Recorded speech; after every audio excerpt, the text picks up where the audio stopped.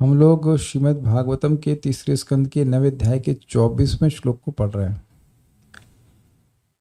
पिछले श्लोक में ब्रह्मा जी ने कहा, एषा प्रपन्न वरदो रमयात्म शक्तया यद यद करिष्यति गृहीत गुणावतारः तस्मिन् स्विक्रममिदं सृजतोऽपि चेतो युञ्जीत कर्म शमलम च यथा विजहयाम।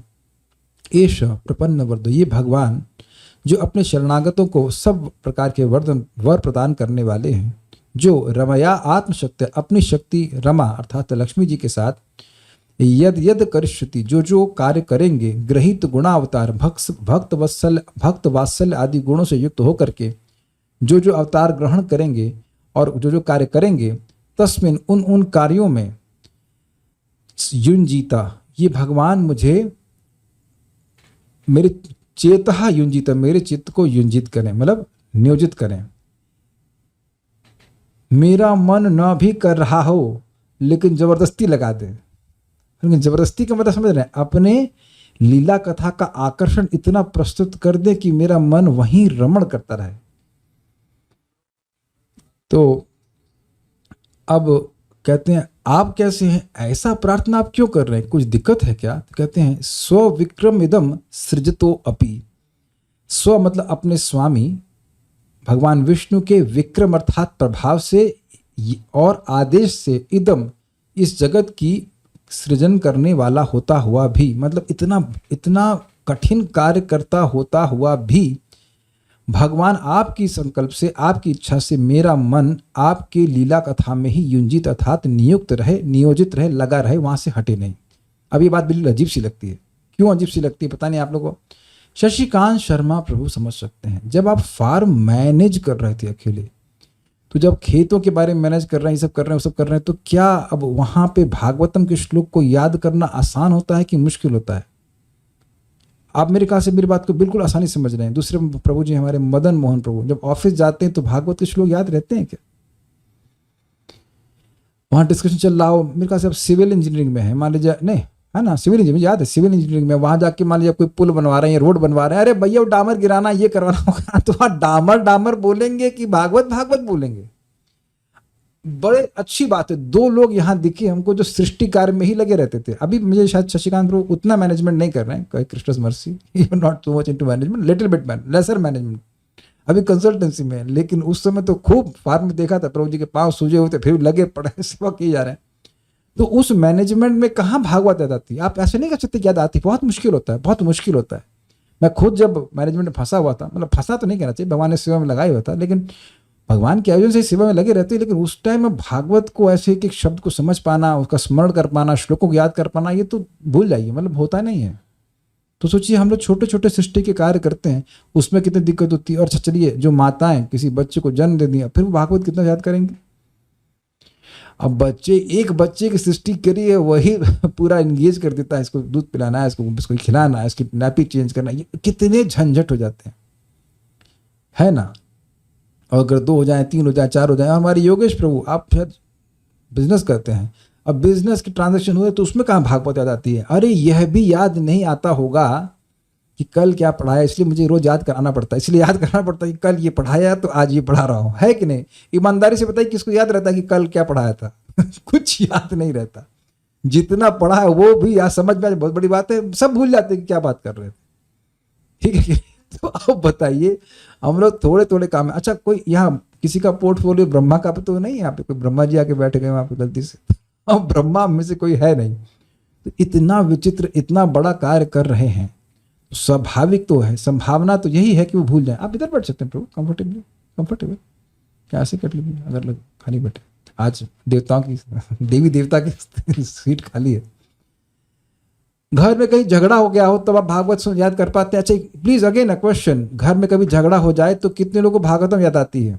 शायद गीता का श्लोक याद आता होगा, दुखालयम अशाश्वतम, मे बी मतलब अगर याद आ गया तो, या फिर अनासक्ति अनविश्वंग पुत्र दार गृहादिशु, उस समय कुछ अनासक्ति रहती है पत्नी बच्चों आदि में कुछ समय के लिए। लेकिन आप समझ सकते हैं कि श्लोक याद नहीं आते, श्लोक याद नहीं आते, भगवान की लीला याद आएगी आपको ना? कभी अगर लौकी कड़वी हुई खाई तो कभी याद आया कि आपको पूतना ने भगवान को जहर अर्पण किया? तो कभी कोई व्यक्ति हैंड रेस करे यहाँ पे? कभी कुछ खाना खराब हो गया, कुछ ना ना, नहीं लीला याद आती। ये अच्छा भोजन क्यों तब याद आता हूँ कि माता यशोदा किस प्रकार से कृष्ण को अच्छा अच्छा भोजन खिलाती। We don't remember, we have to understand, we are तो कवर्ड अप। तो ब्रह्मा जी भगवान, अच्छा एक प्रश्न होगा कि ब्रह्मा जी को तो डरने की क्या जरूरत है? मान लो एक क्षण के लिए भूल गए भगवान को तो क्या फर्क पड़ता है? ये प्रथम स्कंद में ही बात बोली गई है, प्रथम अध्याय में ही, प्रथम श्लोक में, शायद प्रथम श्लोक में। What is that? तन तन तन हानि तन महत् छिद्रम, वही सबसे बड़ी हानि है, वही सबसे बड़ा छिद्र अर्थात दोष है। श्लोक नहीं मिलेगा, ये टीका में। तन हानि तन महत् छिद्रम, मतलब वही सबसे बड़ी हानि है और वही सबसे बड़ा मतलब छिद्र अर्थात दोष है, जब एक मुहूर्त के लिए या एक क्षण के लिए वासुदेवम न चिंतित, भगवान वासुदेव का चिंतन न किया जाए। यन मुहूर्तम यत क्षणो मुहूर्तम वा वासुदेवम न चिंतित, एक क्षण के लिए अगर भगवान वासुदेव का स्मरण नहीं होता तो सबसे बड़ी हानि है। तो अब यहाँ पे क्या कह रहे हैं ब्रह्मा जी? मैं सृष्टि तो करूंगा, अन्यों को बहुत लाभ होगा, सभी जीवों का उपकार होगा, लेकिन मेरी बहुत बड़ी हानि भगवान नहीं होनी चाहिए। देख रहे हैं श्लोक के कितने डायमेंशंस हैं? दिख गया आपको? ये दिख गया ना? सृजतोपि, दूसरों की सृष्टि करते हुए, दूसरों को शरीर देते हुए, उनका उपकार करने के बाद भी, और पूरे तीनों लोगों का उपकार करने के बाद भी मेरा अपकार नहीं होना चाहिए। और मेरा कल्याण है, ब्रह्मा जी कह रहे हैं, ब्रह्मा होने में मेरा कल्याण नहीं, कल्याण है कि मैं आपकी लीला कथा का स्मरण करता रहूं। स्मरण का मतलब श्रवण कीर्तन करूं, उसका मौका भी नहीं छूटना चाहिए।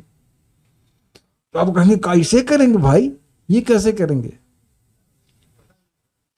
ये कैसे करेंगे? हाँ, ये कैसे करेंगे? अच्छा एक चीज बताइए सर, ये अच्छा बात है, ऐसा मैं कर सकता हूं कि मैं खाना बना रहा हूं, आप लोगों को प्रवचन दे दूं? माइक बताइए, ऐसा हो सकता है कि मैं खाना बना रहा हूं और आपको प्रवचन दे दूं? मैं खाना बना रहा हूं, उस समय आपको प्रवचन दे दूं, ऐसा हो सकता है? मैं बस खाली इतना पूछ रहा हूं, नहीं पूछ रहा हूं कैसे। रिकॉर्डिंग नहीं भेज सकता? आप इस जगत में देख रहे हैं ना, टेलीग्राम और व्हाट्सएप पे अपना ऑडियो भेज के छोड़ देते ही नहीं। आप कुछ और काम कर रहे हैं, वो व्यक्ति को अपना जो मैसेज देना वो दे देते हैं कि नहीं, एक ही समय में दो कार्य होगा कि होगा नहीं। उस समय आप कुछ और कार्य कर रहे हैं, वो अपना मैसेज बनाकर छोड़ दिए। तो ब्रह्मा जी भी को भगवान सामर्थ्य दे सकते हैं कि एक उनके तो 4 सिर दे दिए ना, एक सिर से मैनेजमेंट कर सकते हैं, एक सिर से कथा बोल सकते हैं, सब कुछ भगवान कर सकते हैं। भाई आपको एक अजीब सी बात लगती है, इस लैपटॉप में आप विचार कीजिए, इस लैपटॉप में मेरे एक फाइल खुली हुई, इसे कहते हैं कैमटीसी, वो वीडियो प्रोसेसिंग की फाइल है, मतलब वॉटएवर सॉफ्टवेयर है। ये जूम खुला हुआ है जो कि वीडियो भेज रहा है, OBS खुला हुआ है, बहुत सारे सॉफ्टवेयर एक साथ चल रहे हैं कि नहीं? हम लोग कल इस बात को छोड़ दिए थे कि हम लोग सोचते हैं भाई एक बार में एक ही काम करेंगे, लेकिन जब हमारा लैपटॉप मल्टी प्रोसेसिंग करता है कि नहीं एक ही बार में, तो ब्रह्मा जी क्यों नहीं कर सकते हैं? तो आप कहेंगे क्या मत करिए, भगवान कर सकते हैं, करवा सकते हैं, कुछ भी करवा सकते हैं। इसलिए ब्रह्मा जी कह रहे हैं कि आप यह भी हमसे करवाइए। जब आप मेरे जैसे व्यक्ति से पूरे जगत की सृष्टि करा सकते हैं, प्राणियों की शरीरों की सृष्टि करते हैं, इतना कॉम्प्लेक्स कार्य है, तो ये कार्य तो अपने बड़ा आसान है कि मैं सारे कार्य करते हुए भी आपका स्मरण करूं। अच्छा चलिए, कितने लोग यहां सोच करके बच्चा पैदा कर देंगे? Anyone tried that? नहीं। तो ये काम असंभव है कि नहीं? सोचने से कैसे हो जाएगा? तो जब ब्रह्मा जी को शक्ति दे सकते हैं कि सोचने से ही नारद जी प्रकट हो जाए, मरीचि प्रकट हो जाए, तो यह भी तो भगवान कर सकते हैं ना, कि वो अपनी लीला कथा से उनका मन कहीं हटे ही नहीं। Is it okay? तो ऐसी प्रार्थना ब्रह्मा जी कर रहे हैं। तो प्रश्न होगा कि भाई इससे क्या हो जाएगा? तुम मेरी लीला कथा सुनते रहोगे तो क्या हो जाएगा? कहते कर्मशलम च यथा विजयायाम, जो मैं कर्म करूंगा, ये जो सृष्टि आदि कर्म, उससे विषमता आ ही जाएगी। ये अच्छा है, ये बुरा है, क्योंकि स्थावर योनिया और निम्न योनिया, उच्च योनिया, इस प्रकार की योनिया इकट्ठी होंगी। अमीबा किसको पसंद है? Anyone likes amoeba? वो जो मॉस्किटो जो मलेरिया करता है, क्या एनोफिलीज मॉस्किटोज? तो ये सब तो ब्रह्मा जी की सृष्टि है ना। 84 लाख योनिया सभी ब्रह्मा जी की सृष्टि है। दैत्य असुर सब ब्रह्मा जी सृष्टि करेंगे, तो उनमें मेरी विषम बुद्धि ना हो। सब अपने कर्मानुसार शरीर प्राप्त करेंगे। मेरे मन में भावना नहीं आनी चाहिए कि ये उच्च है, ये नीचे, ये मर जाए, ये खत्म हो जाए, ऐसी भावना नहीं आनी चाहिए। सबके प्रति मेरा संभाव हो। अब हम लोग आगे ब्रह्मा जी की प्रार्थना सुनते हैं। ब्रह्मा जी को एक डर और है, क्या है कि देखिए भगवान, ये जगत बड़ा विचित्र है, अजीब अजीब चीज़ें हैं। और अगर आपको अजीब नहीं लग रहा है तो आप जानते हैं, जैसे आपको डॉक्यूमेंट्री देखी हो कि समुद्र में कितनी प्रकार के प्राणी हैं। समुद्र में ऊपर से कुछ नहीं लगता, अंदर कितनी विचित्रता है। ऑक्टोपस अमेजिंग, नहीं स्ट्रेंज, वेल, और पता नहीं कैसे तरह की चीज़, और यहाँ पे कितने प्रकार के मनुष्य इत्यादि।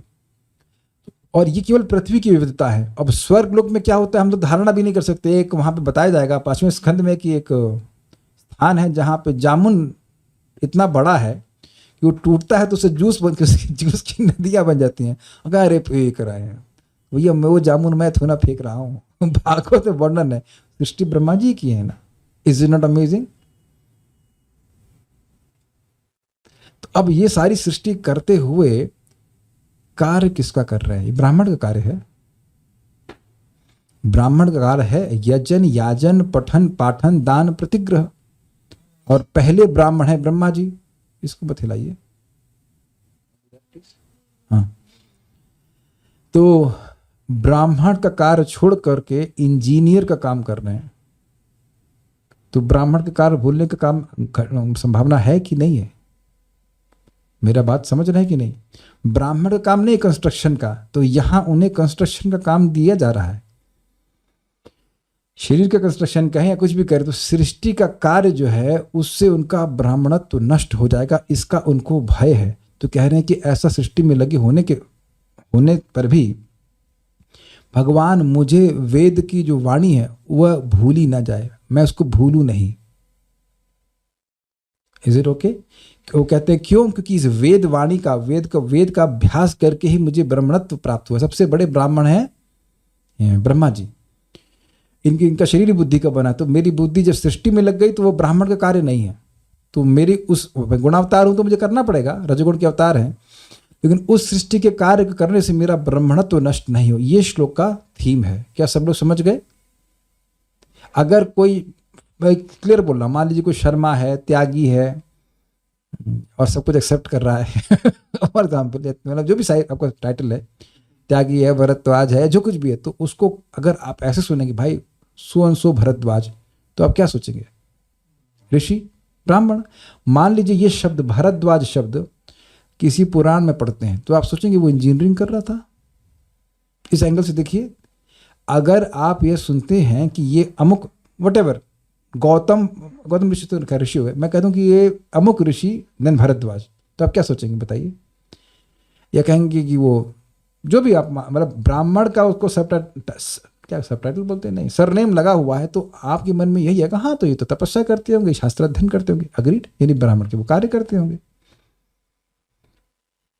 यानी कि ब्राह्मण का जैसे नाम सुने ब्राह्मण, तो इसका मतलब है कि ब्राह्मण को शूद्र का कार्य नहीं कर सकता है। He can not be doing that. या फिर मतलब वो अगर वैसे कार्य कर रहा है तो उसे ब्राह्मण नहीं कहा जा सकता है। वह फिर वो नीचे निम्नतर कार्य कर रहा है, क्योंकि गुण और कर्म के साथ विभाजन होता है। तो ऐसे कर्म में लगना पड़ रहा है जो ब्राह्मण का नहीं है, तो स्वाभाविक सी बात है कि वो वेद की बातें जो बोल रहे थे उसको भूल सकते हैं।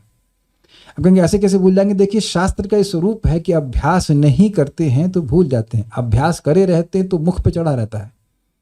लेकिन अभ्यास नहीं करते हैं तो हमारी जो भावना है कि हमें याद है, ये हमें धोखा दे जाएगी। मैं अपना महाराज से सुना था तब तो लग ही रहा था, लेकिन अब हमको बिल्कुल अनुभव होता है कि जिन श्लोकों को हम पारायण नहीं कर रहे होते हैं वो एकदम मुख से गायब हो जाते हैं। इससे लगता है कि याद रहेगा, लेकिन वो करण वाली स्थिति हो जाती है कि जो है बाहर निकलता ही नहीं।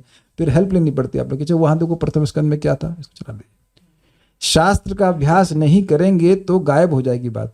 तो कह रहे हैं कि इस सब सृष्टि के चक्कर में मेरा शास्त्र का अभ्यास रह जाएगा। तो जिस शास्त्र के अभ्यास से, वेद के अभ्यास से मुझे तेज प्राप्त हुआ था ब्राह्मण का, वह नष्ट हो जाएगा। आप ऐसा प्रयास की, ऐसा मतलब आशीर्वाद दीजिए कि यह भी ना हो मेरे साथ। एग्जैक्टली, एब्जॉर्प्शन उनका सृष्टि में चला जाएगा। अरे भैया ईंटा लाना है ना, यहाँ पे होता ना ईंटा लाना, ये लाना वो लाना, तब कहाँ गीता की बात सुनेगी। मैं एक छोटा सा मेडिटेशन कर रहा था, भगवान की कृपा, बड़ी कृपा है कि किराए के मकान मेरा रेडीमेड बना हुआ, लेकिन एक मेरा मेडिटेशन रहता था। मान लो हम लोग उस दिन मंगल आरती के लिए जा रहे थे या दर्शन आरती के लिए, जो भी याद हो, तो एक प्लॉट देखा, इतने बड़े प्लॉट में अगर मकान बनाना हो, तुमने कहा अरे तब तो मेरी दोनों क्लास गायब, कैसे दूंगा क्लास में। जस्ट रिफ्लेक्टेड कि मैं कैसे क्लास दूंगा, 6 महीने मेरी क्लास ही गायब हो जाएगी, कैसे दूंगा क्लास में।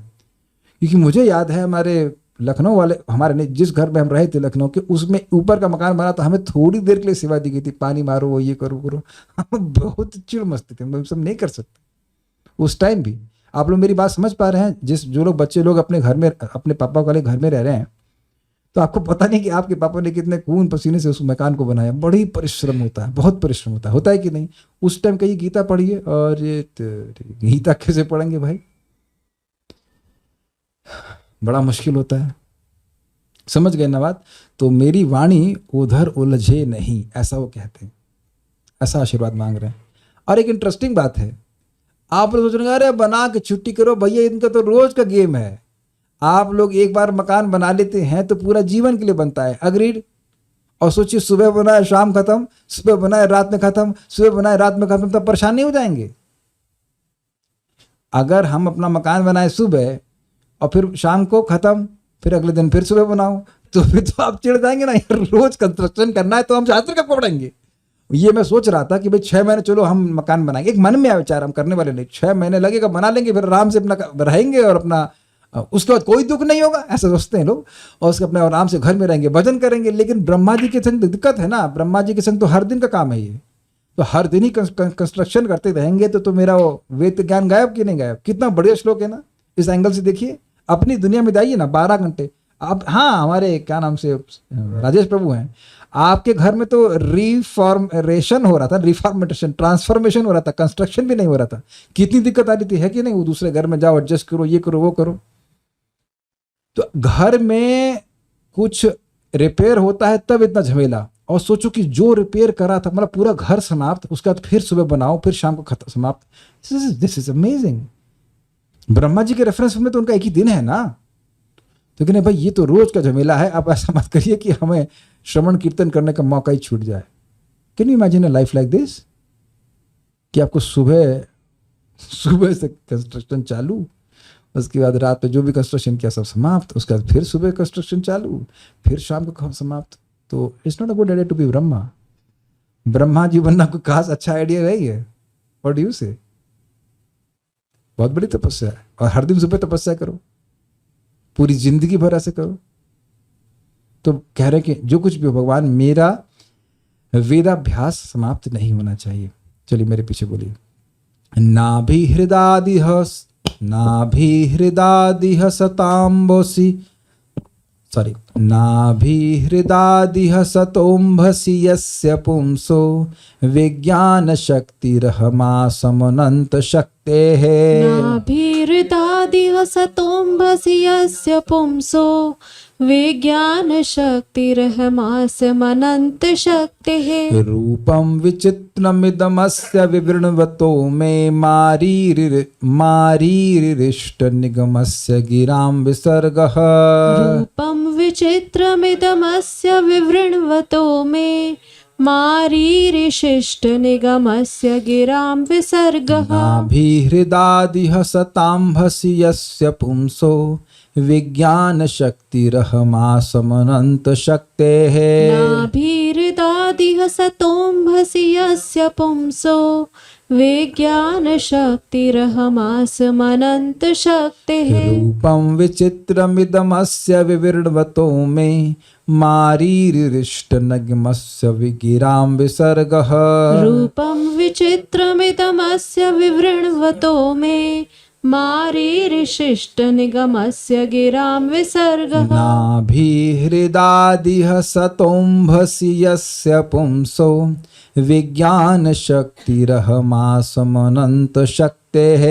नाभि हृदादिह सतोम्भसि यस्य पुंसो विज्ञान शक्तिरहमासमनंत शक्तेः। रूपं विचित्रमिदमस्य विवृण्वतो मे मारीरिष्ट निगमस्य गिरां विसर्गः। रूपं विचित्रमिदमस्य विवृण्वतो मे मारीरिशिष्ट निगमस्य गिरां विसर्गः मारीरिष्ट निगमस्य गिरां विसर्गः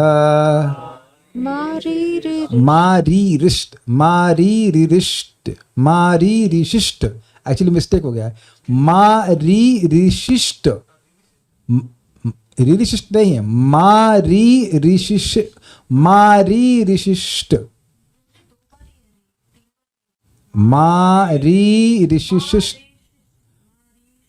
मारीरिशिष्ट नहीं है, मारीरिष्ट नहीं, मारीरिष्ट, हाँ मारीरिष्ट, ठीक है। रूपम विचित्रमिदमस्य विवृण्वतो मे मारीरिष्ट निगमस्य गिरां विसर्गः रूपं विचित्रमिदमस्य विवृण्वतो मे मारीरिशिष्ट निगमस्य गिरां विसर्गः। मतभेद अगर भागवत अपने रीरिष्ट नहीं रीरिष्ट नहीं रीरिष्ट तो भी भागवत का शब्द बोल रहे हैं ना, कोई दिक्कत नहीं है। ओके, फिर से बोलते हैं। नाभि हृदादिह सतोंभसि यस्य पुंसो विज्ञान शक्तिरहमासमनंत शक्तेः नाभिहृदादिह सतोंभसि यस्य पुंसो विज्ञान शक्तिरहमासमनंत शक्तिः रूपं विचित्रमिदमस्य विवृण्वतो मे मारीरिष्ट निगमस्य गिरां विसर्गः रूपं विचित्रमिदमस्य विवृण्वतो मे मारीरिशिष्ट निगमस्य गिरां विसर्गः। मारीरिष्ट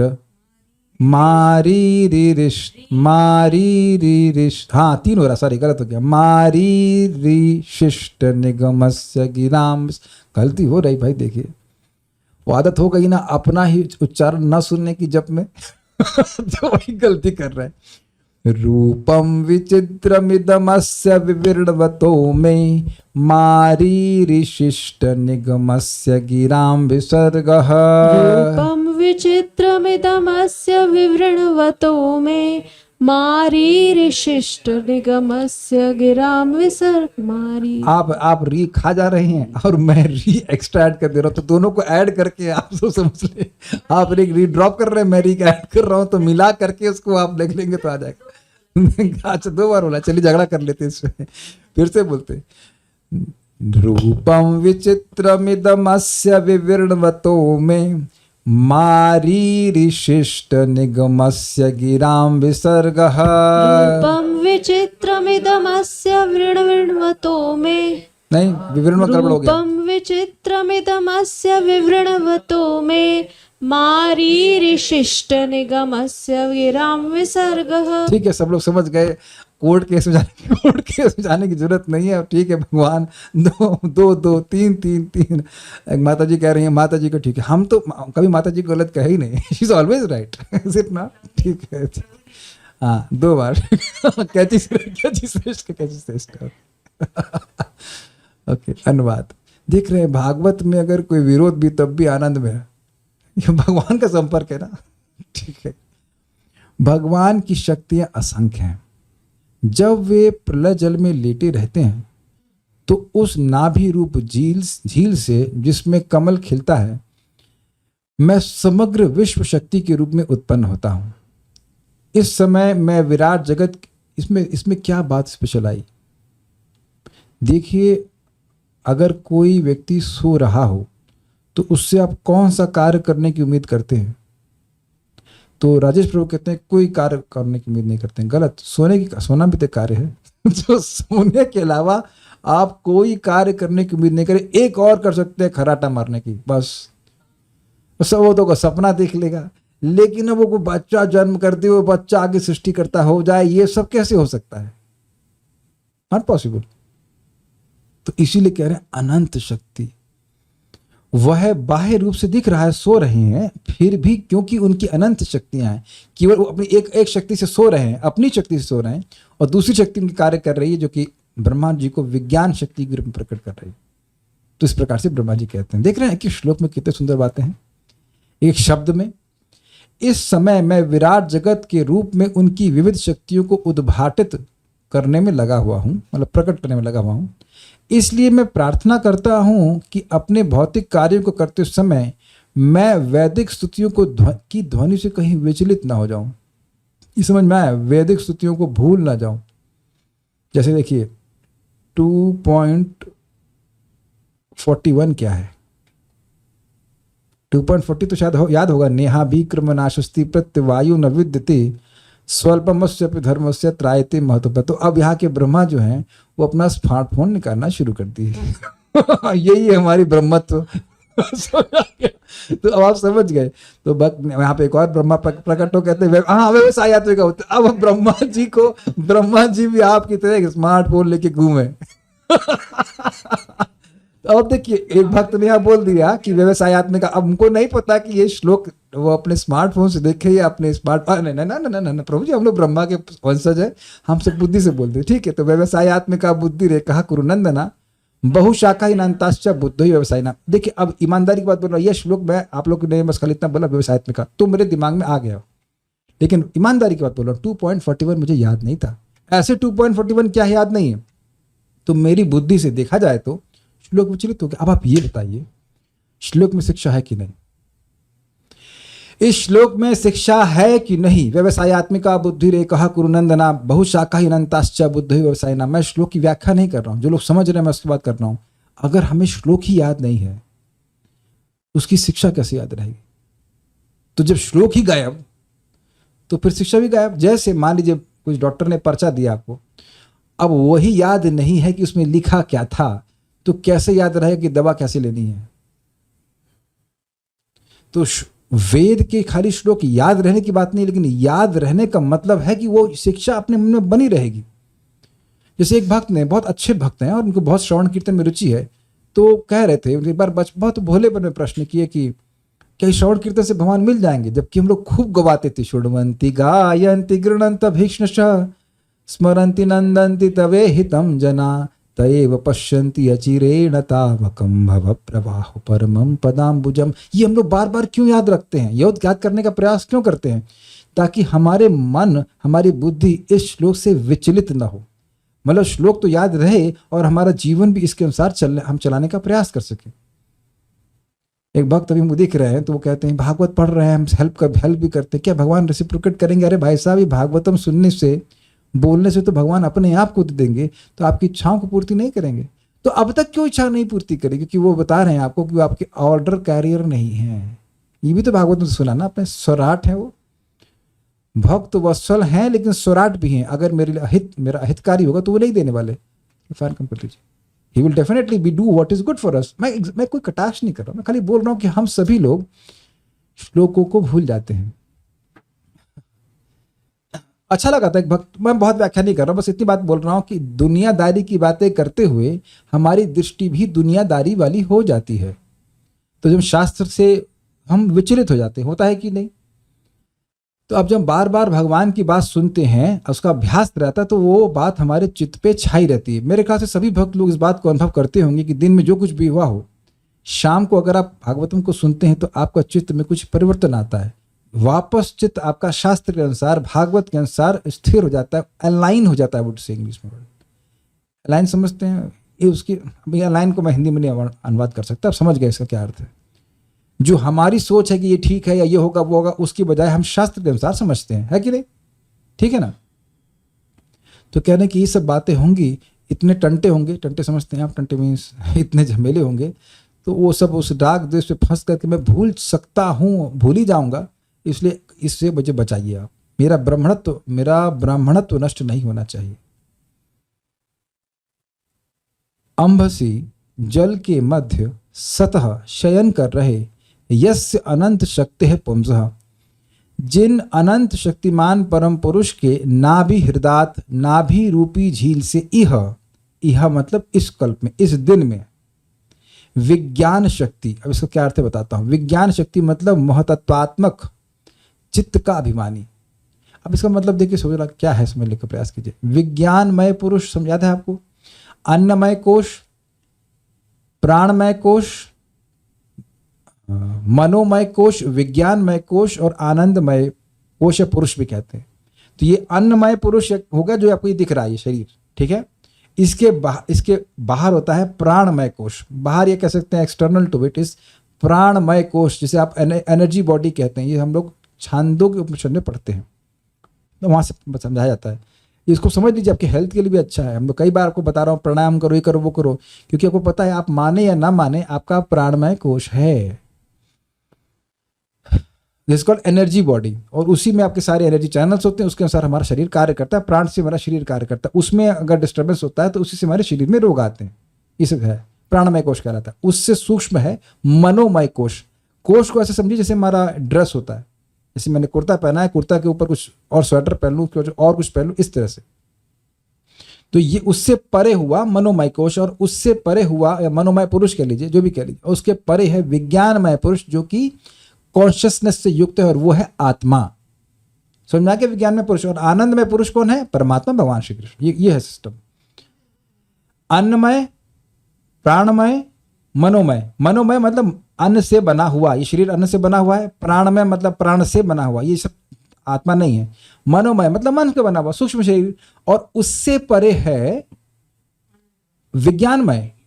विज्ञान मीन्स कॉन्शियस, तो कॉन्शियस है वो जीवात्मा है। क्लियर समझ में आ रहा है? आप लोग, मैं, हम सब लोग विज्ञानमय पुरुष हैं। अब हमसे परे कौन है? आनंदमय पुरुष अर्थात भगवान श्री कृष्ण। ये क्लियर समझ में आया? तो अब आप विज्ञानमय हैं, मैं विज्ञानमय हूं, आप भी हैं, आप भी हैं, सब लोग हैं। तो अब यहां कह रहे हैं कि ब्रह्मा जी, हम पहले भी सुन चुके हैं, जितने भी जीवात्मा एक साथ ले लिए जाए, उनके एक टोटल रिप्रेजेंटेटिव, समष्टि जीवों के रिप्रेजेंटेटिव विज्ञानमय पुरुष ब्रह्मा जी हैं। इसलिए उनको विज्ञान शक्ति कहते हैं। एक हमारा बस का अंडरस्टैंडिंग है। और दूसरा क्या है कि महतत्व। महतत्व इस बुद्धि तत्व। तो बुद्धि के अधिष्ठाता कौन है? ब्रह्मा जी। तो विज्ञान शक्ति जो है वो महतत्व से आ रही है।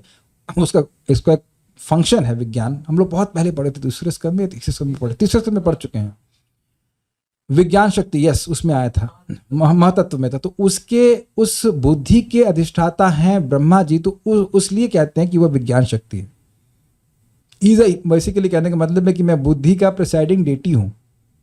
तो ऐसा ब्रह्मा प्रकट हुए थे। अहम आसम, मैं जन्म लिया हूं। मतलब इसका मतलब हुआ कि वह भगवान जो जल में सो रहे थे, अनंत शक्ति से युक्त थे, उनके नाभि रूपी झील से इस कल्प में मैं बुद्धि का अभिमानी अर्थात बुद्धि का नियामक देवता ब्रह्मा प्रकट हुआ हूं। ये अर्थ है। अस्य एवं उन भगवान के इदम विचित्र रूपम, विश्व रूपी इस विचित्र रूप का मतलब ये जगत जो है ये बहुत विचित्र रूप है, और ये भगवान का ही एक स्वरूप है। उसका विवरण बता, विस्तार कर रहा हूं। अब विस्तार क्या मतलब है भाई? लोक लोकांतर तो सृष्टि भगवान ने कर दी, लेकिन अब जगत में आप और मैं नहीं आते क्या? ये इस पृथ्वी का क्या मतलब क्या हुआ? पृथ्वी में जहां मनुष्य लोग रहते हैं, पृथ्वी का महत्व तभी तक है जब वहां पे, जब उसमें जीवात्मा हो शरीरों के संग। Does that make sense? अच्छा, ये मैं अगर पूछूं कि भारत का सबसे प्रमुख शहर कौन सा है, तो आप लोग प्लीज सभी लोग अपने हैंड मत रेस करना, but I think it's Delhi और बॉम्बे। लेकिन दिल्ली और बॉम्बे को महत्व तभी दे रहे हैं जब वहां पे कुछ लोग रह रहे हों। कोई रह ही नहीं रहा हो, केवल खंडर हो वहां पे, तब भी आप उसको महत्व देते हैं। जैसे फॉर एग्जाम्पल मेरे ख्याल से मेरठ के पास में ब्राह्मणों का नहीं है, पांडवों का किला है। मैं जहाँ तक मेरी माँ बता रही थी ऐसा हस्तिनापुर ऐसे समथिंग ऐसे। तो अब वो कितना महत्वपूर्ण है? आप में से बहुतों को तो पता भी नहीं होगा। कितने लोग जो दिल्ली के पास रहते हैं या हस्तिनापुर में रहते हैं, उनको पता है कि पांडवों का किला है वहाँ पे? तो लोग नहीं पता। तो अब आप देख लीजिए कि कोई महत्व नहीं है इस समय, तो कोई महत्व नहीं, वहाँ कोई नहीं रह रहा है। अच्छा, ये रेड फोर्ट का क्या महत्व है? रेड फोर्ट, अब आप देखिए कि पता नहीं ताज होटल है क्या दिल्ली में? हाँ, ताज होटल है, तो उसका बहुत महत्व है। ताज होटल बड़ा है कि रेड फोर्ट? समझ में आ गया ना आप लोगों? रेड फोर्ट कहीं अधिक महंगा है, कहीं अधिक बड़ा है ताज होटल से। अच्छा, ताज होटल ज्यादा महंगा होगा कि ताजमहल? ताजमहल तो रहने लायक कोई स्थान बनाया भी नहीं गया था, लेकिन पॉइंट है कि ताज होटल को ज्यादा महत्व दिया जा रहा है ना। रेड फोर्ट में प्रवेश करने में और ताज होटल में प्रवेश करने में पैसा तो ताज होटल में अधिक लग रहा है ना, वहां लोग रह रहे हैं, उसका कुछ उपयोग कर रहे हैं, इसलिए। यानी बेसिकली पॉइंट क्या है कि वस्तु वस्तु ही बहुत महत्वपूर्ण नहीं है, उपभोग करने वाले लोग अधिक महत्वपूर्ण हैं। तो विस्तार का मतलब है कि भगवान ने लोक लोकांतर तो सृष्टि पहले ही कर दिया। आप जान लीजिएगा कि ग्रहों का सृष्टि ब्रह्मा जी नहीं करते हैं, वो भगवान करके रख देते हैं। आप देखिएगा कि आगे जाकर वो दिख जाएगा, अरे सब तो यहाँ पहले से ही है। लेकिन जो उस पर रहने वाले लोग हम लोग हैं, हम लोग की सृष्टि करते, तो इसलिए कह रहे हैं कि विस्तार कर रहा हूं। ठीक है, क्योंकि पहाड़ बनाना, छोटा पहाड़ बना चाहे बड़ा पहाड़ बनाना है, उसमें कोई खास विषमता मन में नहीं आती। विषमता आती है जो हम शरीर बनाते हैं, है ना। तो इनके मन में विशेष बात, समझ रहे हैं मेरी बात, विषमता आती नहीं, ये आदमी खराब है, ये आदमी अच्छा है। ये ज्यादा तो आप इंसानों के रूप के लिए करते हैं, वस्तुओं के लिए उतना नहीं होता है। तो पॉइंट क्या है कि वस्तुएं ब्रह्मा जी नहीं बनाए हैं वह जीवों की योनियों को, उस रूप में विस्तार कर रहे हैं। तो कह रहे से विस्तार कर रहा हूं मैं, तो ऐसा करने में मुझसे, मैं मतलब मुझसे, निगमस्य गिराम विसर्गा, वेदों के अवयव रूप, निगमस्य मतलब वेद, निगम मतलब वेद, वेदों के अवयव रूप मतलब वेदों के घटक रूप। वेद एक है, उसके 4 विभाग कीजिए, ऋक, साम, अथर्व और यजुर, और उसकी जो इसमें ऋचाएं इत्यादि हैं वो सब। गिराम विसर्गा, गिरा मतलब वाणी, और विसर्ग मतलब सृष्टि। जैसे मैं बोल रहा हूं तो उसे कहेंगे वाक विसर्ग, वाणी की सृष्टि। तो गिराम विसर्ग मतलब वाक्योच्चारण। ओम सहनावतु सहनौ भुनक्तु सह वीर्यं करवावहै, ऐसे करके वेद में है वचन है। तो यह सब मैं भूल ना जाऊं। इसके आगे क्या था? अब देखिए ना, तेजस्विनावभूत, तेजस्विना, देखिए मैं खूब याद किया था, अब मुख से नहीं आ रहा है, अभ्यास नहीं किया तो भूल गए। तेजस्विनावधीतमस्तु मा विद्विषावहै, ऐसे करके बड़ा अच्छा लगता है उच्चारण करना। तो अब जो भी है ऐसा उच्चारण मुझसे भूल ना जाओ। और ध्यान दीजिए, वेद में तो मीटर का भी बड़ा फर्क पड़ता है।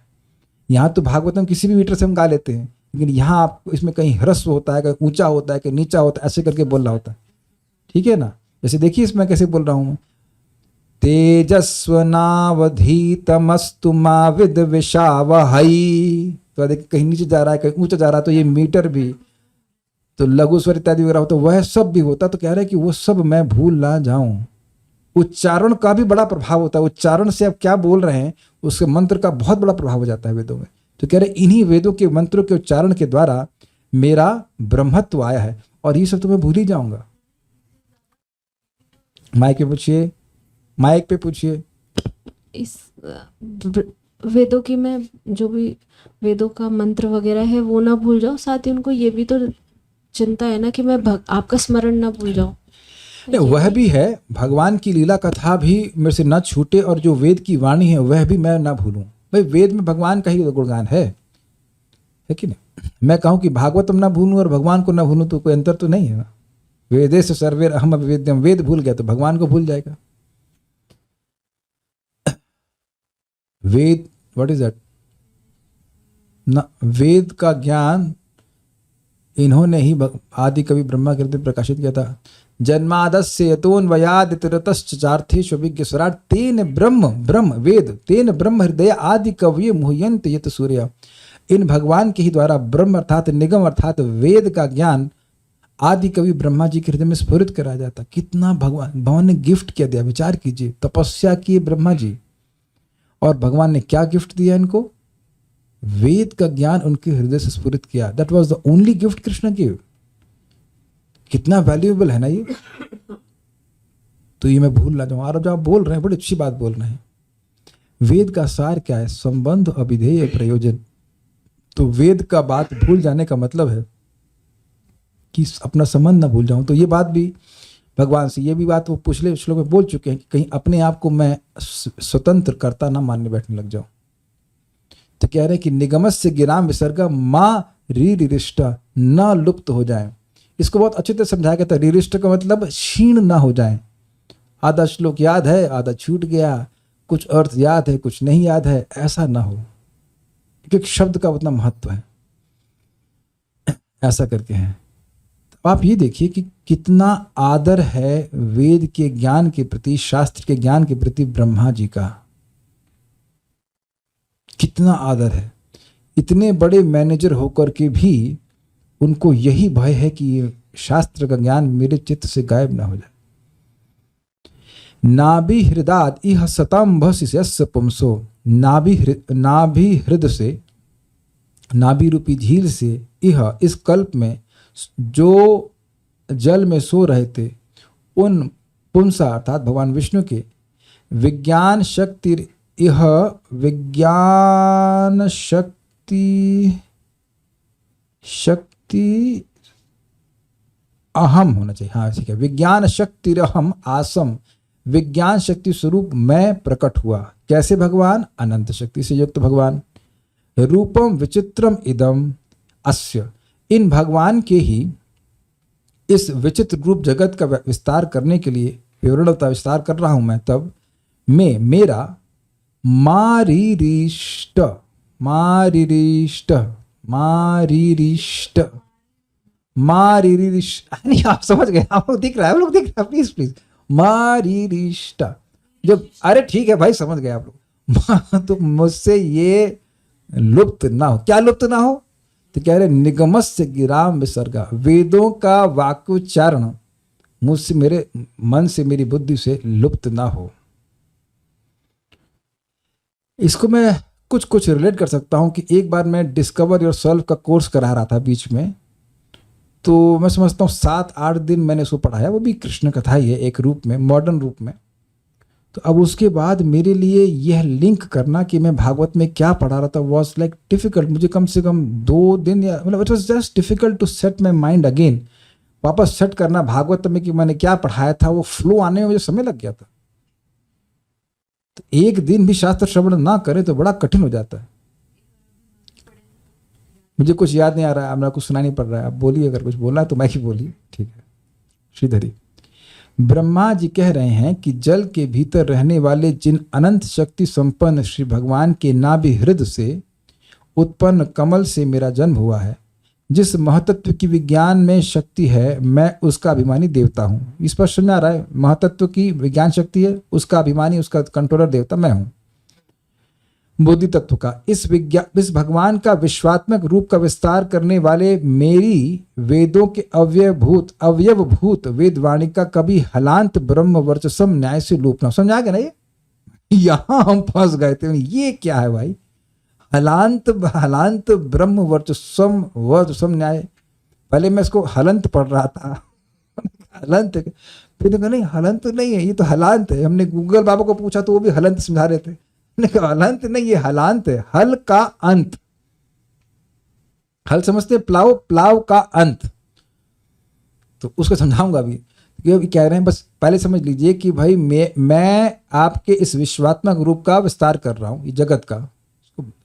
ठंडक दिस, तो ऐसा करने से वेदों का जो इंग्रेडिएंट रूप है, अवयव मतलब घटक जो है, वेद किससे बने हैं? इन ऋचाओं से बने हुए हैं, जो कि साम, यजुर, अथर्ववेद आदि की हैं। उनमें से किसी को भी नहीं भूलूं, सारी बातें, सारे श्लोक मुझे याद रहें। और किस न्याय से नष्ट ना हो? हलांत ब्रह्म वर्चसम न्याय से लोप ना हो। अब इसका मतलब क्या है? इसकी व्याख्या की गई है वंशीधरी टीका में। वंशीधरी टीका का है भावार्थ दीपिका प्रकाश करके टीका है, उसमें इसकी व्याख्या करी है। तो उसको मैं पढ़ूंगा फिर समझ आऊंगा। जैसे कोई ब्राह्मण अगर हल के अंत को उठाकर खेती करने लगे तो उसका ब्राह्मणत्व नष्ट हो जाता है, क्योंकि वह अब वेद का पाठ छोड़कर कृषि अर्थात विविध फसलों की सृष्टि के कार्य करने में लग गया है। उसी न्याय से ब्रह्मा जी को भय हो रहा था कि वो वेद के ज्ञान को भूल जाएंगे यदि वे सृष्टि कार्य में व्यस्त हो जाते हैं, क्योंकि सृष्टि का कार्य ब्राह्मण का कार्य नहीं है। उसमें दूसरा नोट क्या है, वंशीधरी में बोलते हैं वो, ऊर्ध वस्त्राद अधो वस्त्राद धूमपाना तथैव च षड्भिर विप्रह प्रणश्यम हलाहल हलाहलई। श्लोक देखिए कितना सुंदर है। तो ये एक शास्त्र से कोट करते हैं, कहते हैं श्लोक था वास्य उक्ति, समथिंग वाज देयर, मुझे पता नहीं कौन सा शास्त्र था, उसमें बोलते हैं कि कैसे 6 प्रकार से एक ब्राह्मण का ब्राह्मणत्व नष्ट होता है। ऊपरी वस्त्र को सिर से धारण करने से, ये जो कुर्ता है इसको हम लोग अपने सर पे ऐसे पहनाते हैं, तो इससे ब्राह्मणत्व नष्ट हो जाता है। मतलब पूर्ण नष्ट हो जाता है। मतलब वस्तुतः ब्राह्मण को या तो आप देखेंगे वो बस जनेऊ पहनेगा, ऊपर मतलब धोती पहनता है, बस जनेऊ रहता है, या फिर ठंड वो कुछ क्या कहते हैं उत्तरी डाल लेता है। तो उत्तरी तो ऐसे पहनते हैं ना, उत्तरी को ऐसे तो डालते नहीं है। तो कुर्ता पहन रहा है या टी शर्ट पहन रहा है तो उससे उसका ब्राह्मणत्व नष्ट हो जाएगा। तो कहेंगे हाँ जो भी। तो कल आज सुबह हम कुछ बता रहे थे, वकील मिल गए, वो कह रहे हैं कि अच्छा तो हम शर्ट पहन लेते हैं क्योंकि शर्ट को तो ऊपर से नहीं पहनते। बेसिकली ऊपर सिला हुआ वस्त्र पहनने की बात यहाँ पे कही। सिला हुआ वस्त्र पहनना होगा तो आपको सर से डालना पड़ेगा। यहाँ माता जी की बात नहीं कर रहे, ब्राह्मणों की बात कर रहे हैं। मतलब ब्राह्मणीज की बात नहीं कर रहे हैं, ब्राह्मणों की बात कर रहे हैं। ब्राह्मणी को तो जैसे पहनना वैसे पहनना ही होगा। अच्छा दूसरा क्या है, अधो वस्त्र को पैर से धारण करने से यानी कि कोई वो पैंट पहन रहा है या चड्डी पहन रहा है, कोई कोपिन को ऐसे नहीं पहना जाता देखा जाए तो इसीलिए चड्डी पहन भगवान की सेवा नहीं कर सकते, वो सिला हुआ वस्त्र नहीं पहन सकते, तो वहां भी ब्राह्मण तो नष्ट हो जाएगा। क्योंकि चलता नहीं है। कोपिन पहनते हैं उसको ऐसे बांध लेते हैं, लेकिन ऐसा नहीं कि उसको उसे पैर तो चला जाता है। देख लीजिए कितना सूक्ष्म है, हमको बहुत मजेदार लगा था। आजकल खूब चल रहा है ऐसे श्लोक सामने। नशा वाला धूम्रपान करने से, ये नशा वाला कहने की क्यों जरूरत है, क्योंकि अगर अगरबत्ती भगवान को अर्पण कर रहे हैं तो अब वहां भी धुआं होता है, तो उसका धूम्रपान करने से आपका ब्राह्मणत्व नष्ट नहीं होता है। वो तो करना चाहिए, है ना। तो जो औषधियां उसमें होती है, मतलब वो क्या कहते हैं उसको, हुक्का। तो हुक्का पीना शुरू किया तो अब वह ब्राह्मणत्व उसका नष्ट हो गया। हाला अर्थात मदिरा पीने से, आज हमको समझ में आया कि हाला का मतलब क्या है। सुना है, गाना सुना है आपने, हरे कृष्ण की हाला और हरे कृष्ण की माला, ऐसी हाला पी पी करके चला। सो अब समझे हाला मतलब, आज समझ जाए कि हाला संस्कृत शब्द है। हाला मतलब मदिरा पीने। तो हरिनाम की मदिरा पीने से कोई दिक्कत नहीं, हरिनाम मत्ता हो एक शब्द है, कोई दिक्कत नहीं। लेकिन इस तरह की मदिरा पीना, मतलब वोडका और गंदी गंदी चीजें पीना, ये से ब्राह्मणत्व नष्ट होता है। लखनऊ वाले घर के सामने एक वेद मंदिर था, तो वेद मंदिर के एक पुजारी यही करते थे, शराब पीते थे। हल अर्थात कृषि कार्य करने के लिए हल का प्रयोग करने से, अब समझ में आ गया। और हलाहल अर्थात विष पीने से, इन 6 प्रकार से एक ब्राह्मण का नाश हो जाता है। हलाहल, हाला इज डिफरेंट, हल इज डिफरेंट, हलाहल इज डिफरेंट। तो शिव जी ने बताया तो जैसे हलाहल विष एक ब्राह्मण को तुरंत मार देगा कि नहीं, तथैव च, जिस प्रकार से हलाहल विष एक ब्राह्मण को पूरी तरह से नष्ट कर देगा, इसी प्रकार से ये 5 कार्य, चड्डी पैंट पहनना, शर्ट पहनना, और उसके बाद टी शर्ट, मतलब टी शर्ट जो भी कुछ पहनना, उसके बाद धूम्रपान करना, और हाला मतलब मदिरा पान करना, और ऑब्वियसली और कुछ नशीले पदार्थ लेना, और हल मतलब कृषि का कार्य करना। तो इतना डर रहे हैं। ब्रह्मा जी को ये श्लोक पता है, इसलिए वह डर रहे हैं कि वह ऐसा कार्य करना पड़ेगा। लेकिन एक बात अद्भुत है ना, आप लोग के मन में आएगा कि भाई जब शास्त्र का ऐसा वचन है और ये जानते हैं और फिर भी सृष्टि कार्य में लग रहे हैं, तो ये ब्राह्मण कैसे रह जाएंगे, कोई हलाहल पी करके बच जाएगा क्या। लेकिन आपको समझना चाहिए कि भगवान के सेवक भी हैं, तो हैं ब्राह्मण, लेकिन ये जान रहे हैं कि भगवान की आज्ञा से, इसलिए बोले थे ना स्वविक्रमम, भगवान की आज्ञा से, भगवान के प्रभाव से मैं ऐसा कार्य कर रहा हूं। मेरी कोई मतलब ऐसी कोई अपना वैसा नहीं है, तो अब मैं भगवान की आज्ञा से कर रहा हूं, इसलिए उनकी आज्ञा से मैं बचा भी रहूंगा। ये बात, हलाहल पी करके भी मरूंगा नहीं, ऐसे कह लीजिए। लेकिन बात बड़ी इंटरेस्टिंग है कि क्यों ऐसे ब्राह्मणत्व नष्ट हो जाता है। अब पॉइंट ये है, ये आगे भागवत में आप सुनेंगे कि ब्राह्मण को अगर ब्राह्मण वृत्ति से पालन ना हो, इमरजेंसी में वह क्षत्रिय का कार्य कर सकता है, और बहुत हो तो वह वैश्य का कार्य कर सकता है, शूद्र का कार्य तो कभी नहीं कर सकता। लेकिन वह इमरजेंसी सिचुएशन थी, और यहां पे ब्रह्मा जी के संग ऐसा कुछ नहीं कि खाने पीने की दिक्कत है इसलिए उनको ये कार्य करना पड़ रहा है। अब एक भक्त प्रश्न कर रहे हैं कि प्रभु जी, ब्रह्मा जी तो इन 6 कार्यों को नहीं कर रहे हैं, आपने ध्यान नहीं दिया, हल का कार्य क्या होता है। यही अब श्लोक की श्रीधर स्वामी की टीका में वापस आइए, हलांतम ब्रह्म वर्चसम न्याय से। देखिए इसको समझाया था भक्त ने बड़ा सुंदर, हल प्लस अंतम, अंत का मतलब होता है मर्यादा, इसके आगे आप नहीं जा सकते हैं। तो हल की मर्यादा क्या है, हल क्या वेद पढ़ लेगा? हल चलाने वाले की मर्यादा क्या है बताइए? हल चलाने वाले की मर्यादा ये है कि वह वेद पे उसका अधिकार नहीं है। What is that? स्त्री शुद्ध, स्त्री वैश्य द्विज बंधु नाम, ऐसे करते स्त्री शूद्र द्विज बंधु नाम।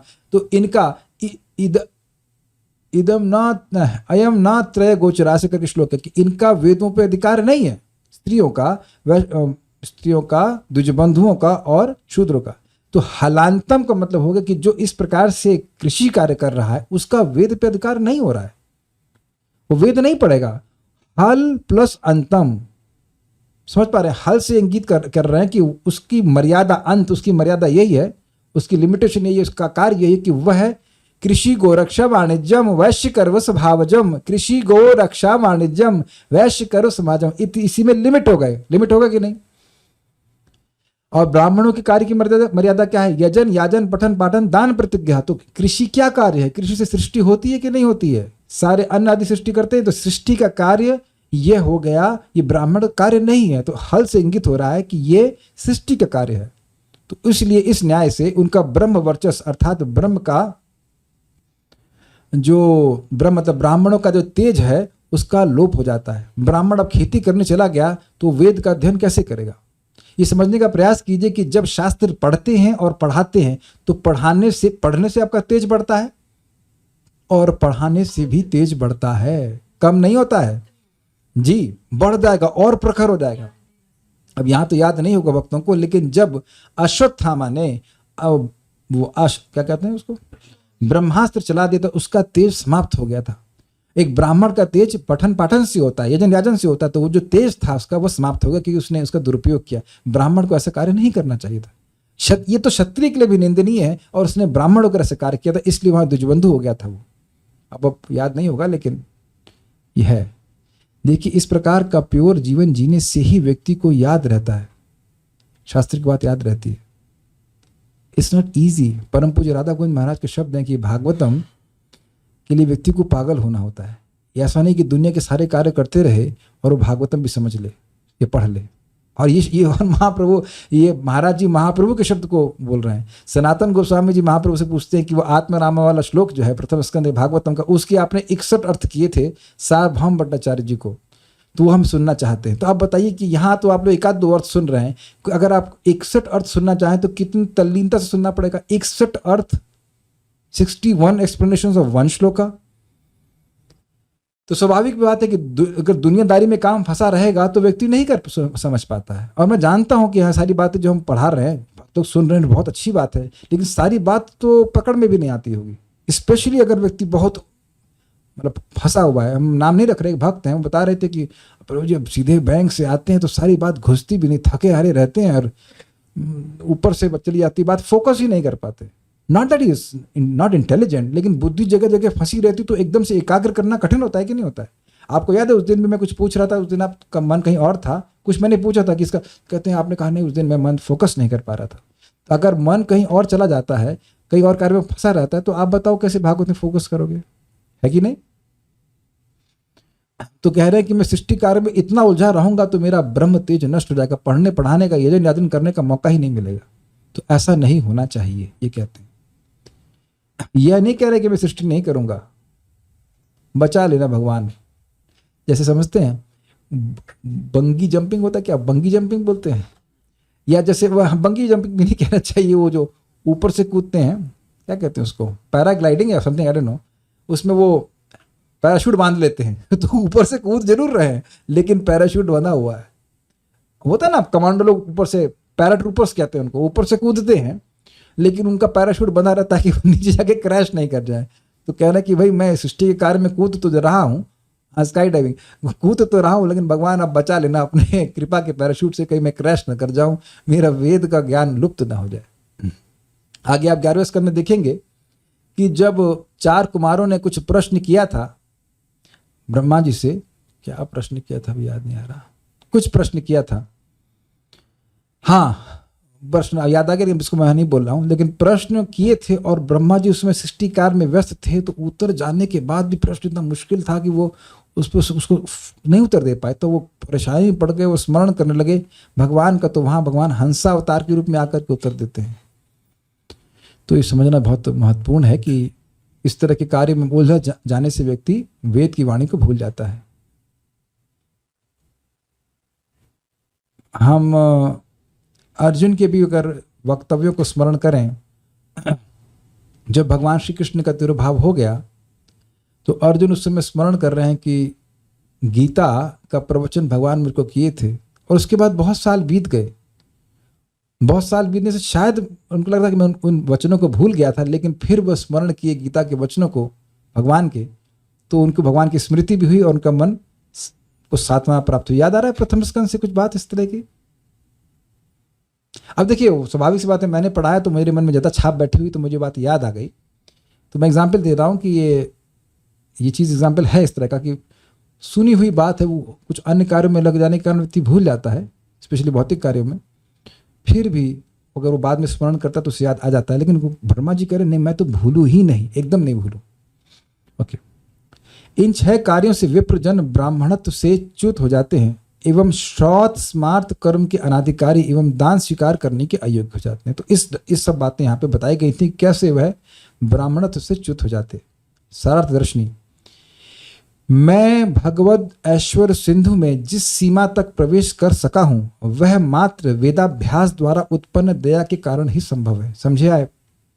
आज मैं जो भी भगवान के ऐश्वर्य को समझ पा रहा हूं, ब्रह्मा जी कहते हैं, वह वेद के ज्ञान का अभ्यास करने से ही है। समझिए, ये वेद का अभ्यास कोई कर्म कांड नहीं है उनके लिए। वेद भगवान की महिमा को निरूपण कर रहा है। तो कह रहे कि आज मैं जो भगवान की महिमा को समझा हूं वह केवल वेद के अभ्यास से। अगर मैं वेद का अभ्यास ही भूल जाऊंगा, वेद का वचन ही भूल जाऊंगा, तो यानी मैं आपको भूल जाऊंगा। अब क्लियर हो गया आपको बात?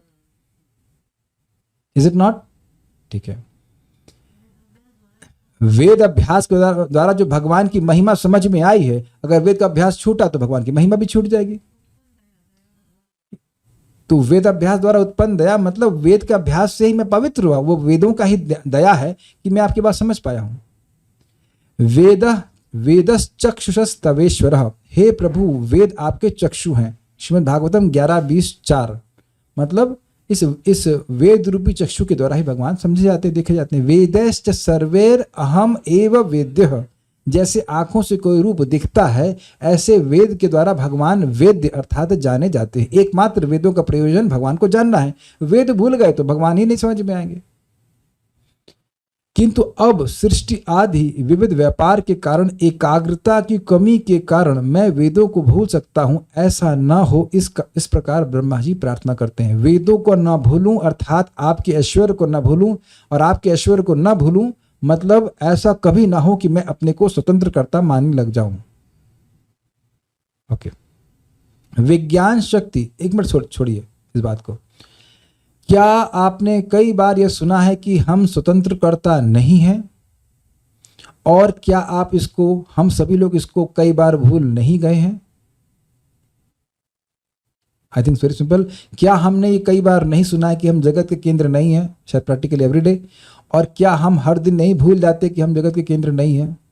कहते हम तो नहीं भूलते प्रभु जी। अच्छा, लास्ट टाइम गुस्सा कब आया था? याद नहीं आ रहा है गुस्सा। कितने लोगों को याद भी नहीं है कि गुस्सा कब आया था? Please raise hands. ये मत कहना, ये अलग बात है कि गुस्सा प्रकट करने का आपको अधिकार न दिया गया। अब घर में बहुत छोटे हों तो अब क्या कर सकते हैं, चुपचाप बैठ गए। बट याद हो ना कि लास्ट टाइम गुस्सा कब आया था? एवरीवन। अच्छा, मैं इसके लिए हैंड रेस नहीं करा रहा हूं, मैं प्रश्न कर रहा था कि उस व्यक्ति को वो हाथ खड़ा करे वेंदा जिसको यह भी याद नहीं है कि लास्ट टाइम गुस्सा कब आया था। तो आप समझ रहे हैं, गुस्सा ना आया हो, आपने गुस्सा प्रकट ना किया, लेकिन गुस्सा आ ही जाता है। मतलब ये चीज मेरे अनुसार क्यों नहीं हो रही भाई, मैं इस जगत का केंद्र हूं। तो ये भूल जाते हैं कि नहीं? तो हम तो हर क्षण भूल रहे हैं, और ब्रह्मा जी चाहते हैं कि वो एक क्षण न भूलें। दैट इज हिज प्रेयर, प्रार्थना। विज्ञान शक्ति अर्थात मैं विज्ञानमय पुरुष, मैं विज्ञानमय पुरुष अर्थात मैं ब्रह्मा जो विज्ञानमय पुरुष हूं, भगवान की नाभि में विद्यमान जलाशय से उत्पन्न हुआ जो जल में शयन कर रहे थे। क्योंकि ब्रह्मा समष्टि जीवों का रूप है। मतलब ब्रह्मा जी को आप मान सकते हैं कि एक साथ सारे जीवों को एक साथ देखें तो ब्रह्मा जी का स्वरूप है। ब्रह्मा जी सारे जीव नहीं है, लेकिन सारे जीवों को एक साथ देखें तो ब्रह्मा जी है, ऐसे मान के चलिए। इसको वैराज भी बोला गया था। अथवा बुद्धि तत्व के अधिष्ठाता देवता है, मतलब जिन सबकी बुद्धि है उस सबके कंट्रोलर ब्रह्मा जी हैं, ऐसे कह लीजिए। सारी बुद्धि तत्व को जोड़ लीजिए तो उसके कंट्रोलर ब्रह्मा जी हैं। अतः उन्हें विज्ञान शक्ति कहा जाता है, क्योंकि विज्ञान शक्ति ये बुद्धि तत्व अर्थात महतत्व की सृष्टि है, तो इसलिए विज्ञान में पुरुष कहते हैं। मेरे ये थोड़ा समझिए, फिर मैंने आपको समझाया था कि विज्ञान में पुरुष, इस शरीर में कौन है? जीवात्मा। तो सारे जीवात्मा को इकट्ठा कर लीजिए तो उनका एक स्वरूप ब्रह्मा जी कहा जाता है, रिप्रेजेंटेटिव। यस, जैसे शौनक ऋषि सारे ऋषियों को रिप्रेजेंट कर रहे थे, वो सारे ऋषि थे नहीं लेकिन सभी ऋषियों को रिप्रेजेंट कर रहे हैं। इसी तरह ब्रह्मा जी सारे जीवात्माओं को रिप्रेजेंट कर रहे हैं, सारे जीव हो नहीं गए, तो इसलिए उनको विज्ञान में पुरुष कह रहे हैं, क्योंकि यहां पे विज्ञान शक्ति से कहा गया क्योंकि जीवात्मा इस शरीर में विज्ञान में पुरुष है। ठीक है। मेरे अंगों से प्रस्तुत होने वाली निगमस्य गिराम विसर्गा, उनके मुख से वेद प्रकट हुए थे ना, इन्हीं ब्रह्मा जी को मूर्तिमान वेद भी कहा गया था। कुछ लोगों को पहले पिछले अध्याय में ऐसा हुआ था शायद, तो वहां पे इनको बोला था ये मूर्तिमान वेद प्रकट हुए। ये ब्रह्मा जी को मूर्तिमान वेद क्यों कहा गया था? क्योंकि इनकी मुख से ही सारे वेद प्रकट हुए थे। वेद शाश्वत है लेकिन ब्रह्मा जी के मुख से प्रकट हुए। पहले उनके हृदय में ज्ञान प्रकट हुआ, फिर उनके मुख से वेद की वाणी प्रकट हुई। तो कह रहे हैं मेरे अंगों से प्रकट होने वाली, प्रस्तुत होने वाली निगमस्य गिराम विसर्गा अर्थात वेदों के अवयव स्वरूप वाक्योच्चारण अर्थात ऋग आदि विभिन्न विस्तार, परमेश्वर के एक रूप इस विश्व का विस्तार करने के कारण माँ री शिष्ट अर्थात अतिशय रूप से नष्ट न हो, अर्थात माया के कारण मैं इनको नहीं भूलूं। मतलब माया क्या है? माया तुम ब्रह्मा हो भाई, तुम्हारी एक अपनी पोजीशन है तुम्हारी एक पदवी है, ये सब माया। ओके, इस कारण से व्यक्ति भूल जाएगा कि वह कृष्ण का सेवक है। तो ऐसा नहीं होना चाहिए। क्लियर? ठीक है।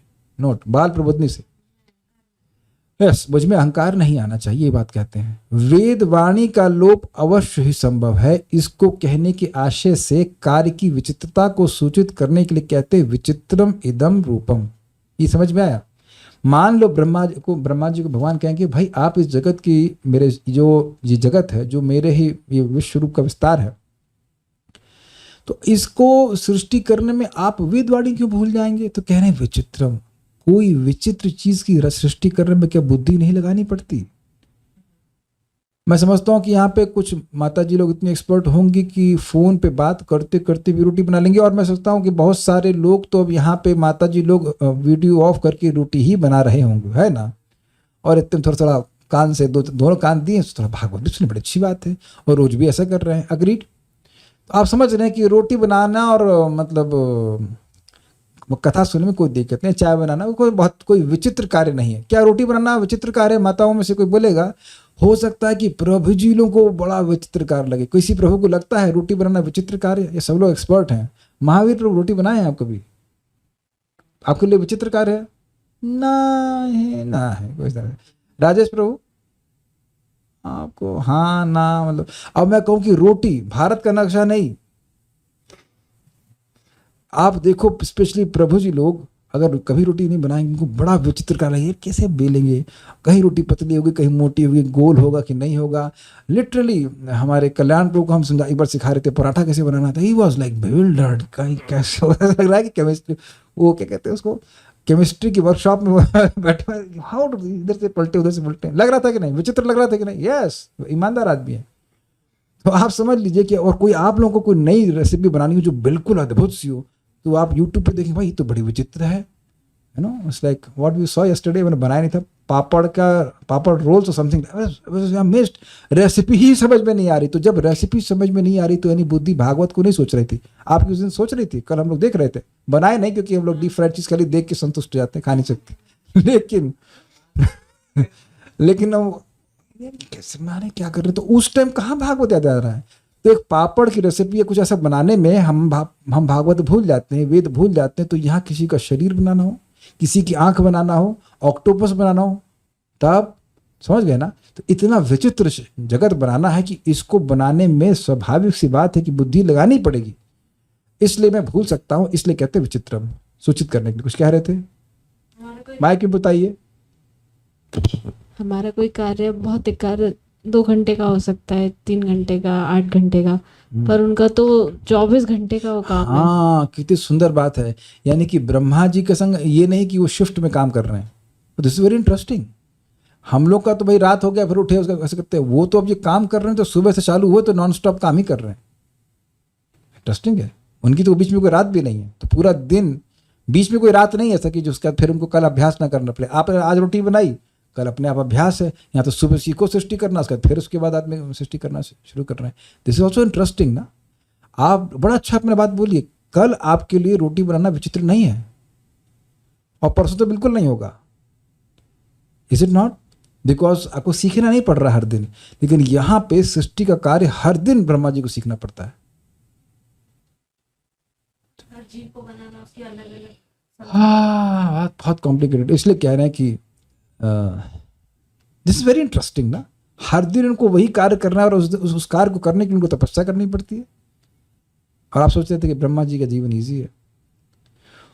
मैं सोच रहा था कि ब्रह्मा जी कोई लोगों के जीवन में कोई दिक्कत नहीं, लेकिन ये बहुत बड़ी दिक्कत है। नहीं, इसलिए भयभीत है। मुझे आपके अनुग्रह के पात्र में, मतलब समझ रहे हैं, जैसे जल में पानी भरा जाता है उस तरह भगवान ने ब्रह्मा जी में अपना अनुग्रह धरा।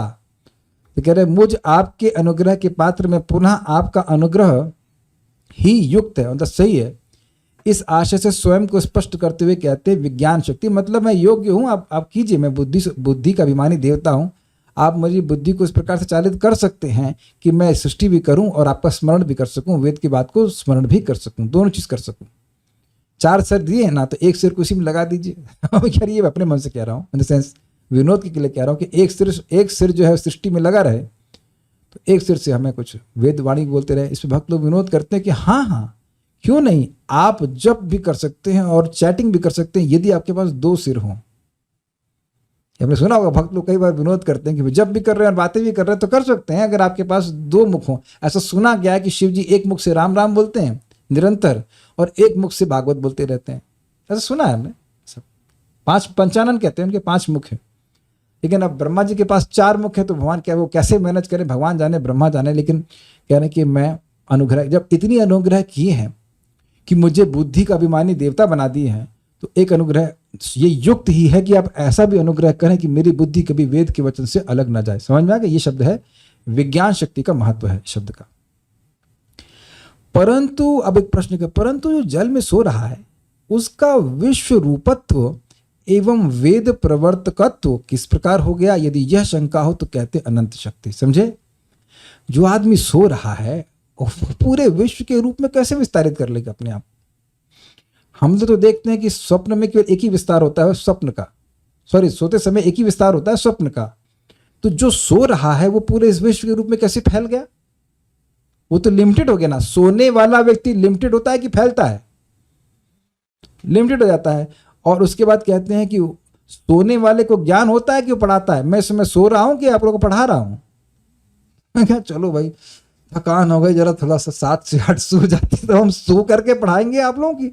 भाई श्रोता सोता हुआ दिखा गया है, लेकिन वक्ता तो सोता हुआ नहीं दिखा गया ना।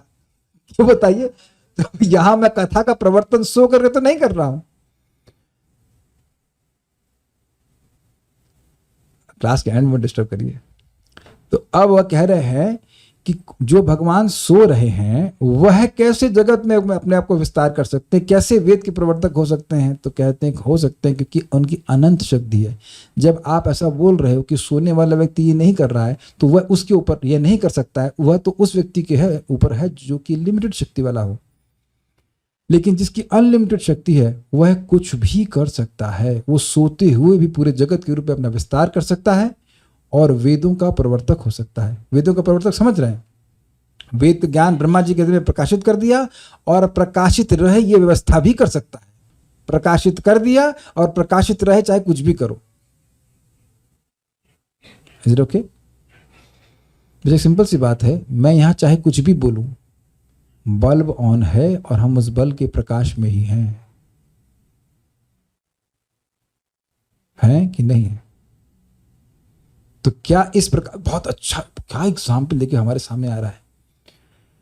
अगर अब यही प्रार्थना भगवान श्री कृष्ण से नंद महाराज कह रहे थे कि जब उनसे मिले थे वहां पे कुरुक्षेत्र में, और वहां कहते हैं कि देखिए हम लोग घर गृहस्थी में लगे हैं।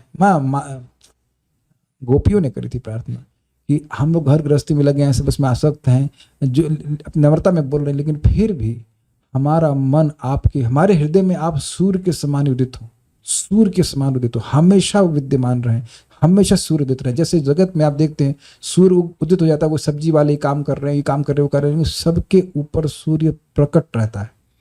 तो इस प्रकार से उनकी बुद्धि में वेदों का जो उच्चारण है वह नित्य विद्यमान रहे। बिल्कुल स्पष्ट समझ में आ गया। It's a very good example how Krishna's mercy we can understand this, है कि नहीं? कुछ भी व्यक्ति कार्य कर रहा है लेकिन वो देखता है कि सूर्य ऊपर है कि नहीं? इस प्रकार से तात्पर्य, इस जगत का प्रत्येक व्यक्ति जो कि भगवान की दिव्य प्रेमा भक्ति में लगा हुआ है, अनेक अनेक भौतिक गतिविधियों की ओर प्रवृत्त होता है, और यदि वह अपने को भौतिक संसर्ग के प्रहार से बचा पाने में समर्थ नहीं होता तो वह आध्यात्मिक शक्ति से विपत हो सकता है। भक्ति कर रहा है और भौतिक कार्यों में लगने लग गया तो वह उधर इंक्लाइन होने लग जाता है। अब देखना कि हम सभी लोगों को शरीर को स्वस्थ रखना जरूरी है, लेकिन ये ध्यान रखना कि शरीर को स्वस्थ रख किसके लिए रहे हैं, समझे? भक्ति करने के लिए। इतना शरीर को स्वस्थ रखने में ना फंस जाए कि भक्ति ही करना भूल जाए। बहुत खतरा हो सकता है इस बात का, क्योंकि शरीर में आसक्त होना हमारे लिए काइंड ऑफ स्वाभाविक है। भौतिक सृष्टि में ब्रह्मा को सभी प्रकार के जीवों का सृजन करना था, जिसके साथ उन सबके शरीर उनकी भौतिक स्थितियों के अनुकूल हों, समझे? दैत्य को दांत देने पड़ेंगे मांस खाने के लिए। दैत्य कोई है, असुर है, तो उसकी शक्ल भी उस हिसाब से होनी चाहिए ना, उसके हाथ पैर भी ऐसे होने चाहिए। बंदर आपको पता होना चाहिए कि अपने पाँवों से भी पकड़ता है। Have you notice that? पता है आपको बात? बंदर के पाँव हाथ जैसे होते हैं, तो इस कारण से वो फटफट चढ़ जाता है। तो अब बंदर को चढ़ना के लिए वो सामर्थ्य देना होगा। मछली के तो हाथ पाँव नहीं होते ना, उसके फिन्स होते हैं। इस प्रकार से सबको उसकी आवश्यकताओं के अनुसार शरीर देना है। ब्रह्मा चाहते हैं कि भगवान उनकी रक्षा करें, क्योंकि उनका संपर्क अनेक अनेक दूषित जीवों से होना था। एक सामान्य ब्राह्मण अनेक पतित बद्धात्माओं की संगति के कारण अपने ब्रह्म तेज से नीचे गिर सकता है। मान लीजिए कोई ऐसा यजमान फंस गया। अभी हम एग्जाम्पल दे रहा हूँ कि एक भक्त बता रहे थे कि वो मेरे तनिष्ठ प्रभु बता रहे थे कि उनके मित्र हैं कोई, वो अच्छे एस्ट्रोलॉजर हैं, तो किसी ऐसे व्यक्ति की चार्ट देख लीजिए कोई शापित था, और उस शापित चार्ट को देखने के कारण उन पर नेगेटिव प्रभाव हो गया। ऐसा होता है, आप बता रहे हैं कि ऐसा होता है, तो हो गया ना प्रभाव। अब आप किसी का चार्ट देखे बिना कैसे जानो कि वो शापित है? आप बताइए, कुछ बोल रहे थे उसके ऊपर, अच्छा लोगों को समझ में आएगा। आप भी एस्ट्रोलॉजी जानते हैं, तो आप बताइए क्या होता है इसमें? कभी कभी एनर्जी बहुत डाउन हो जाती है, सो जाना पड़ता है, ऐसा लगता है कुछ भी ना करे। कभी कभी चेहरा काला पड़ जाता है। जी हाँ, और वो बता रहे थे कि जो ये ब्राह्मण है, एस्ट्रोलॉजर मतलब ब्राह्मण, उसको अपनी साधना के द्वारा अपने ब्रह्म तेज को स्ट्रांग रखना पड़ता है, क्योंकि आप दूसरे का दिले कुछ ऐसा कुछ कर्म कर रहे हैं, है ना, इसको कर्मा लेते हैं। यस, तो चार्ट देखते उसके कर्म आपके ऊपर आ जाते हैं। हमने कई वक्त सुना है। तो अब उसका ब्रह्म तेज लोप हुआ कि नहीं? और हम जाके मतलब सोता रहे 7 बजे 8 बजे तक, तो फिर कैसे तो उसका ब्रह्म तेज बना रहेगा? समझे आप मेरी बात को? ये प्रभा समझा रहे हैं यहाँ पे। लेकिन ये मत सोचना कि प्रचार कर रहे तो उससे हमारा तेज कम होता है। Then we are remembering Krishna. आप कितने लोगों को बोलो, देखो कृष्ण सुप्रीम भगवान, कृष्ण परम भगवान है, तो बार बार तो आप कृष्ण बोल रहे हैं ना, वहां कोई दिक्कत नहीं होती है। लेकिन ब्राह्मण का कार्य कर रहे हैं और कार्य कर रहे हैं, इसमें हमारा कुछ मटेरियल कार्य भी आ जा रहा है, तो हम फंसेंगे इसमें। सर्वोच्च ब्राह्मण के रूप में ब्रह्मा ऐसे पतन से भयभीत हैं, इसलिए सुरक्षा के लिए भगवान से प्रार्थना करते हैं। जीवन की आध्यात्मिक प्रगति में यह हर एक के लिए चेतावनी है। एक बार प्रभुपाद जी के भक्त कहे, प्रभुपाद हम लोग नाइट क्लब में जाएंगे प्रीचिंग करने के लिए, वहां बहुत अच्छा स्कोप है प्रीचिंग करने का। तो प्रभुपाद कहे जाओ, लेकिन मेक श्योर तुम ये भी सुनिश्चित करना कि वापस भी आ जाओ। ऐसा नहीं कि वही फंस जाएं और उसके बाद माया में फंस जाएं, है ना, कबड्डी खेलने वहीं दब गए, तो ऐसा भी नहीं होना चाहिए। जब तक कोई भगवान द्वारा पर्याप्त रूप से सुरक्षित ना हो, वह अपने आध्यात्मिक पद से नीचे गिर सकता है। अतएव अपनी सुरक्षा के लिए तथा अपना कार्य करते रहने के लिए आशीर्वाद हेतु मनुष्य को निरंतर भगवान से प्रार्थना करनी होती है। और ये प्रैक्टिकल लेवल में क्या है, प्रभुपाद समझाते हैं। 16 माला का जप निरपराधिक रूप से करें और 4 नियमों का पालन करें, तो इससे आपका ब्राह्मणत्व रक्षित होता है। और आप ये करके देखना, ये खाली बोलने की बात नहीं, ये प्रभुपाद जी के एग्जैक्ट शब्द हैं जो मैंने सुने थे रिकॉर्डिंग में। और कहाँ सुने थे? अजमेर में हम लोग बैठे प्रसाद पा रहे थे तो भक्त ने रिकॉर्डिंग चला दी प्रभुपाद की टीवी पे, बिल्कुल वहाँ प्रभुपाद स्पष्ट कहते हैं हरे कृष्ण मंत्र का निरपराधिक दोस्तों। जब ये नहीं कि अब घसीटा मार करके रात तक कर रहे हैं, मतलब ठीक है, वो कथमपि वाला श्लोक शायद उनको याद हो गया होगा वो रोज नहीं होना चाहिए। इफ आप बताओ एक भक्त यहाँ बता दो जो सुबह अच्छे से जप करता हो और उसको भक्ति में उत्साह ना आ रहा हो, just 1% please raise hands and I will like to know कि ऐसा क्यों हो रहा है।